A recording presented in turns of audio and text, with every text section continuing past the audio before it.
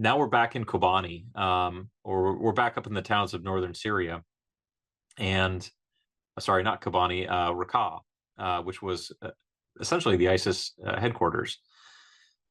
There were some challenges that we were walking ourselves into by habit, that with GPS guided munitions, when you go to do your target measurements to plot very precise coordinates that are in the same datum plane that the weapon will read, that are in the same information plane that the satellites are going to contribute to the weapon, solving the X and the Y axis, the north and the eastings, is hard enough, especially when if the bomb comes in at any angle at all, now any vertical error is going to contribute to essentially a lateral error in where it's going to come.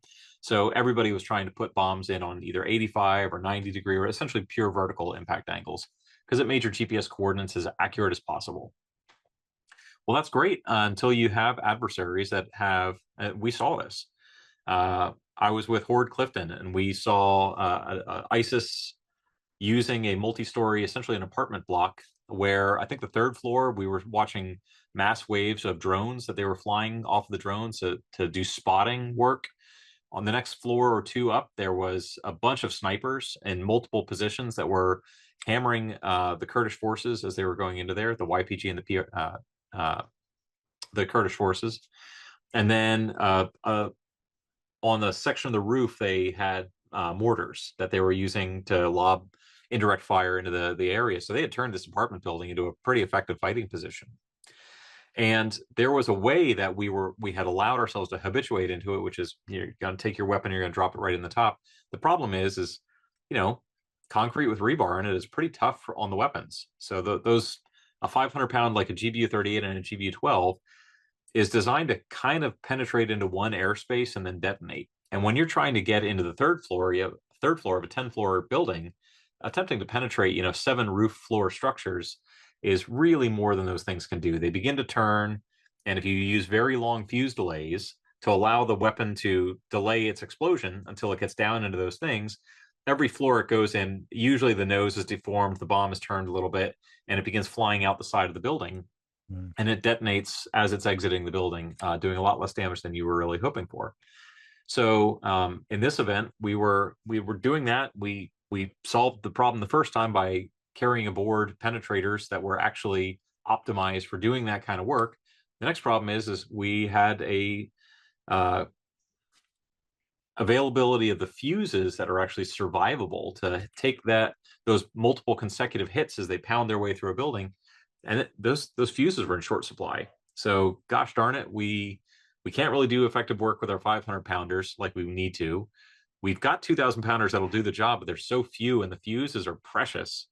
The special operations joint terminal air controllers that are attempting to help us coordinate our strikes with the Kurds to keep pressure, keep inertia, they're very happy to use these things, but they're disappointed when, hey man, that was my one penetrator I can give you, and now I'm going to have to do the problems the other way. I will never forget, it was just an innovation of, hey, we are not going to be able to go through the top on these things, and I don't have enough ordnance to do the work that you need, and I understand that your Kurdish fighters are absolutely being hammered right now. And so my backseater Horde, it was pretty much we're going to do something new. Do we have your permission to go in the side of this thing? I've got 3 what looks like main support columns. I'm going to take those things out, and I bet I can drop the whole side of the building. And the JTAC was pretty much like, I've got no better ideas. You are cleared to do what you think you need to do. So Horde and I do a pass. He's a really talented guy. He zooms in, gets his exact coordinates. And the next thing you know, we've got a salvo of GBU-38s that instead of going in the very top, we go, everybody's just going to have to take our word for it. I'm positive that the wonderful engineers at Boeing and Lockheed and everybody else have made our sniper targeting pod a lot more capable than we sometimes give it credit for. And he drove nails with that thing, and it went right through 3 main support columns. And the next thing you know, that entire structure, the whole side of the building, which was a vast fighting position, came down with it. And so sometimes it's about making the GBU-28. Sometimes it's about using your weapons in an entirely new way. Sometimes it's simply about remembering that your weapon sometimes has more capability than you're giving it credit for, and using it in a creative new way. I think that ultimately that style of attack became known as the Kneecapper. And the JTACs heard about it, and they watched exactly what it did, and within about 24 hours, it was the new hotness, and everybody's getting like, can you give me a 45-degree impact on the side of this on this support column?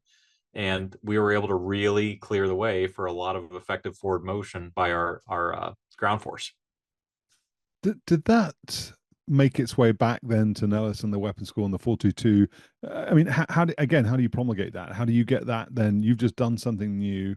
It worked. Do you send it back to Nellis and then those guys go and see whether it Yeah. was a fluke? I mean, Well, to be fair, half the time that you send things back, the test guys, who in many cases uh, are amazing at what they do, in many cases they come back to you and say, "Yeah, we always knew that would work. The only thing that was stopping you from doing that was some silly tactical prohibition on using low impact angle bombs. But hey, guys, 12 years ago, we made sure that the accuracy on that would have been good enough."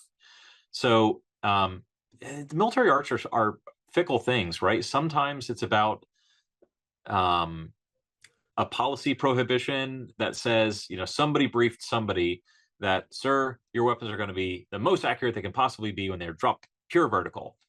And then it just becomes this kind of carbon copied thing of, well, the decision last year was vertical impact angles, so the decision next year is going to be vertical impact angles. So sometimes you need to just kind of rediscover that. It took exactly no time for everybody to figure out that that was the new hotness, call all their buddies back at whatever their division was in the test community and say, hey, is this valid? And the test guys would inevitably come back, yep, we proved that a while ago. And all of a sudden, what we were doing was not validating a new tactic. What we were doing was giving commanders the confidence that they could let their guys do something that was atypical. if you enjoyed this clip and want more, you can go to 10percenttrue.com, hit subscribe, you get early ad-free access to all my content. Appreciate your support.